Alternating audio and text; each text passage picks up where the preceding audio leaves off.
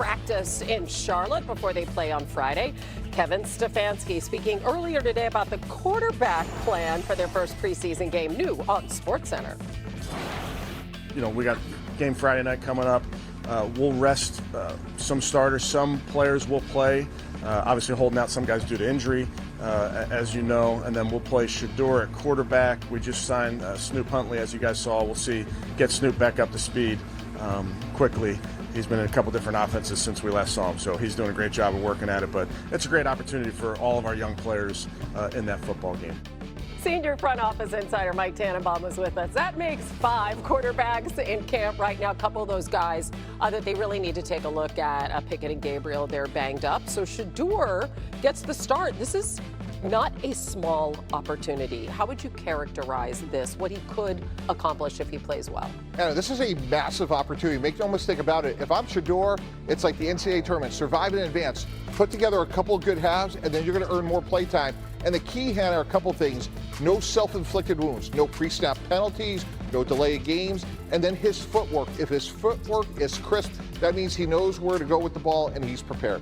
Listen, they're not going to keep everybody on that roster, so this is literally about getting a job in the NFL. Unfortunately, he's had a little soreness in his shoulder, so he hasn't had as much work as he would have liked. But this is a great chance for him. How about Bryce Young? How about that story? This guy goes all the way to the brink, gets benched, then gets this opportunity to come back and just kills it. I mean, the last 10 weeks of the season, he was so much better. What are you expecting from him? What are you looking forward to in year 3? Yeah, Hannah, they have to work on 2 things, because you're right, he did finish the season really strong, but number 1, they had too many sacks. They gave up 36 sacks, 11th most in the season. Part of that's going to be the offensive line, but part of it, Bryce Young has to get rid of the ball a little bit more quickly. Secondly, they were 30th in the league in air yards per attempt, meaning he was getting rid of the ball, just checking it down, not trying to get it down the field. They did a great job, Hannah. They drafted Ted McMillan out of the University of Arizona, Hunter Renfrow. They also have Xavier Legette and Adam Thielen. That's a good group of skill players. So hopefully Bryce Young takes that next step, cuts down on the sacks, get the ball down the field, and this could be a totally different Panther team this year. Yeah, listen, he had so much turnover when he came in the league that first season, and now he and Dave Canales, they're aligned, second year together, so I'm really looking forward to big things from him because he handled himself so well. Yeah, really impressive. Commissioner and Hannah, let's keep it NFL. Joint practices underway in the NFL. Commanders and Patriots get together today at Foxborough. Mike Vrabel was asked earlier about the plan for his second-year quarterback, Drake Maye, this preseason. That's new on SportsCenter. I would say most everybody that's healthy should expect to play in the game. How long they'll play, I don't know, but we have to prepare to play in football games and prepare to win football games. So that's the mentality that we're going to take. You were a teammate at Cliff Kingsbury for a relatively short period of time. What, if anything, do you remember about him as a player? He wasn't better than Tom Brady.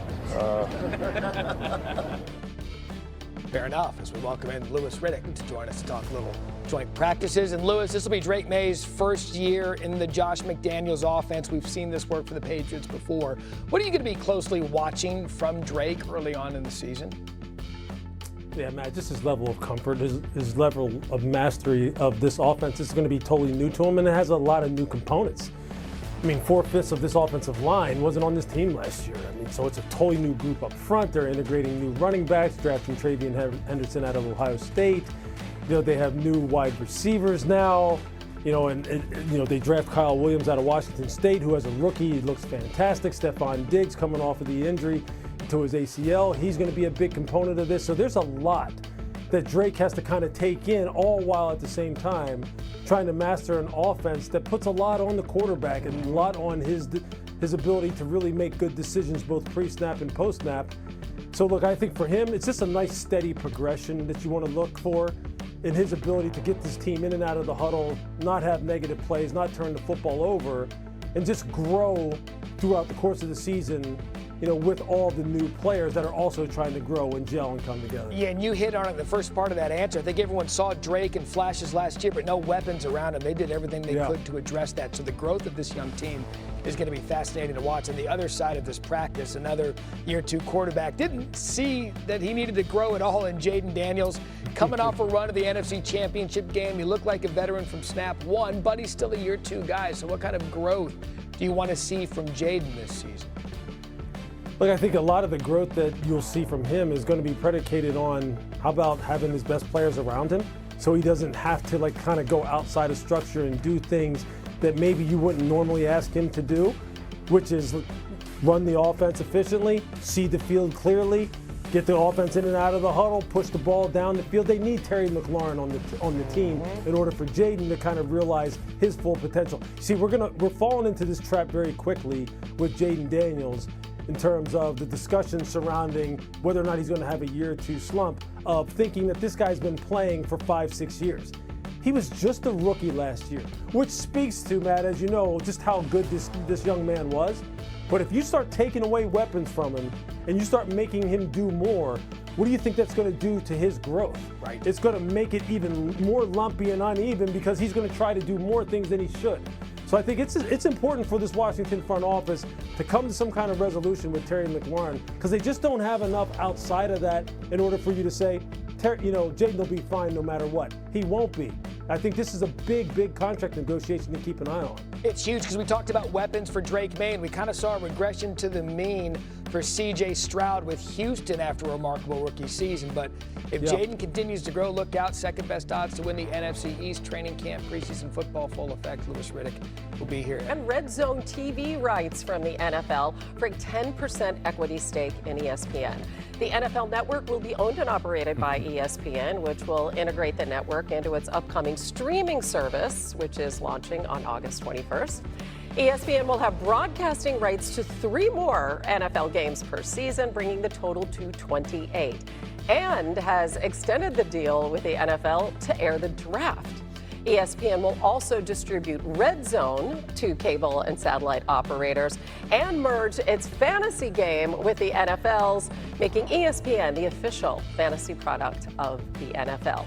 Now, this deal does still need approval from NFL owners and obviously will undergo regulatory approvals before being finalized. But we've come a long way to get here, and it is great to have NFL Commissioner Roger Goodell joining us from the NFL Network studios in LA. So we're very much looking forward to being there with ESPN at some point.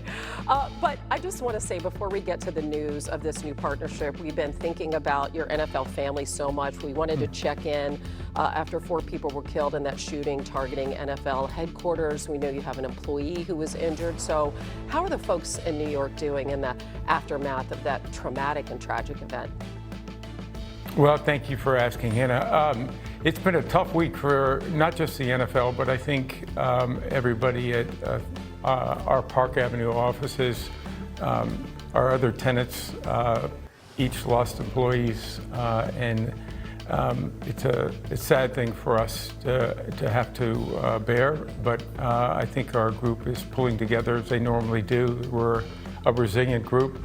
But collectively, I think we're pulling together. The good news is our colleague is doing incredibly well, is going to be okay, and we're obviously comforted by that. But it's hard to understand the unexplainable and the senselessness of it, but the pain is real for everybody, and so we're all working through it. So I appreciate you asking. Yeah, no, thank you for letting us know. And certainly we wish everybody there well as we turn to the news of the day. This deal that we are announcing has been in the works